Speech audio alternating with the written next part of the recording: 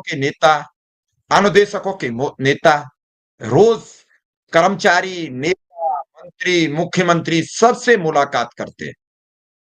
फिर आखिर ऐसी क्या बात बीच में रह जाती है जो न्याय नहीं मिल पाता। शिक्षा मित्रों के समायोजन को लेकर मानदेय बढ़ाए जाने को लेकर एक बड़ी जानकारी सामने निकल के आई है, जो कि आप सभी शिक्षा मित्र के लिए काफी महत्वपूर्ण होने वाली है। आप लोग पहले इस पूरी वीडियो को अंत तक जरूर देखिएगा। नियमित नहीं होते, आखिर ऐसी क्या वजह है? और जब मिलते हैं तो क्या फिर इन सब बातों पर बातचीत होती है या फिर नहीं होती है? कई चीजें जो पूरी ताकत से समाज में उठती हैं और जिनका कोई जो प्रश्न बन जाता है, जब उसका आंसर नहीं मिलता लोगों को, तो लोग उसके बारे में फिर नेगेटिव होना शुरू हो जाती है। मैं बात करूंगा लगातार, अगर मैं शिक्षा मित्रों की बात करूं तो बड़ी उम्मीद में थे। चुनाव से पहले कहा गया कि समिति बनी, समिति को लेकर उठापटक चली, कोई कहता था बन गई, कोई कहता था बिगड़ गई, कोई कहता था कुछ। लगातार शिक्षा मित्र संघ के नेता शिव कुमार शुक्ला लगातार बताते रहे समिति बन गई, समिति पर बातचीत हो गई। उसके बाद पवन गोलिया जी का बीच में एक टॉपिक आ जाता है कि सुप्रीम कोर्ट लोग चले जाते हैं।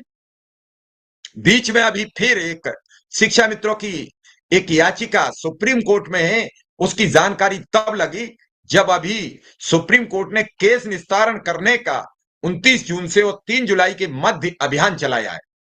इस अभियान के मध्य अनुदेशकों को भी नोटिस आया और शिक्षा मित्रों को भी नोटिस आया। तो वो बात सार्वजनिक हुई कि अभी भी सुप्रीम कोर्ट में शिक्षा मित्रों की याचिकाएं लंबित हैं, जबकि जब पवन गोलिया गए तो उस दौरान कई याचिकाएं निस्तारित कर दी गई और उन पर कोई निर्णय नहीं आया। ये सब बातें चलती रही, रोज आती हैं, रोज चली जाती हैं, लेकिन नतीजा जस का तस रहता है, नतीजे में कोई इजाफा होता नहीं दिखा।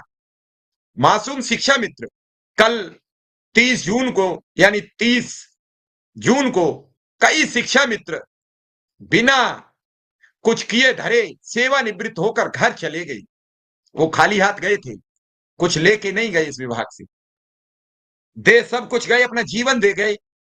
नियमितीकरण की आस में वो बराबर इस विभाग में अपने को झोंकते रहे और गए तो खाली हाथ गए। उनके साथ कुछ था नहीं, उन्हें कुछ मिला नहीं था, उनके साथ हाथ एक रुपया भी नहीं था। वो घर जाकर एक वक्त की सब